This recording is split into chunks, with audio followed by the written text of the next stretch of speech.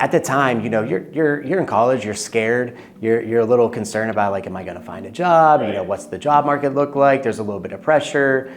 And I was feeling that a little bit. And I remember before I even met Brooksource, I had an interview lined up in Washington, D.C., which I was excited about. It was with the financial services company.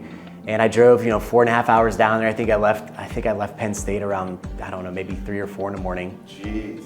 I get there and we had an interview, and I wouldn't say I did particularly poorly or anything like that, but the vibe I overall got was didn't paint a great picture on, I think, the culture of their organization. The interviewee seemed a bit rushed.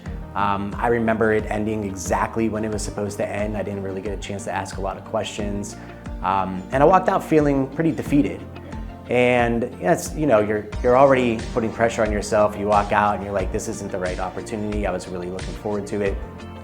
And I get into my car and I have a voicemail on my flip phone, because of course we had flip phones. This is 2005. And it was a voicemail from our internal hiring at Brooksource.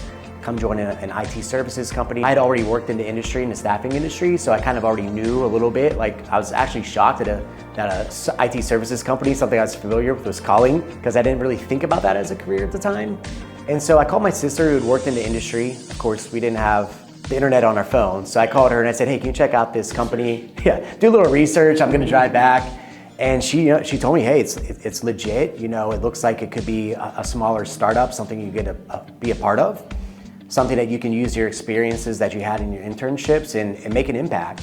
And so I actually had an opportunity to work for the company that I had interned with. It was a larger staffing company. But I had to make that decision on, do I want to go to something I was familiar with, which was in Pittsburgh, and for a great company, there was nothing wrong with that opportunity, or do I want to try something new and apply that in the Philadelphia market? It was something that felt exciting, felt like I could make an impact, felt like I could get out there and do sales quickly for us.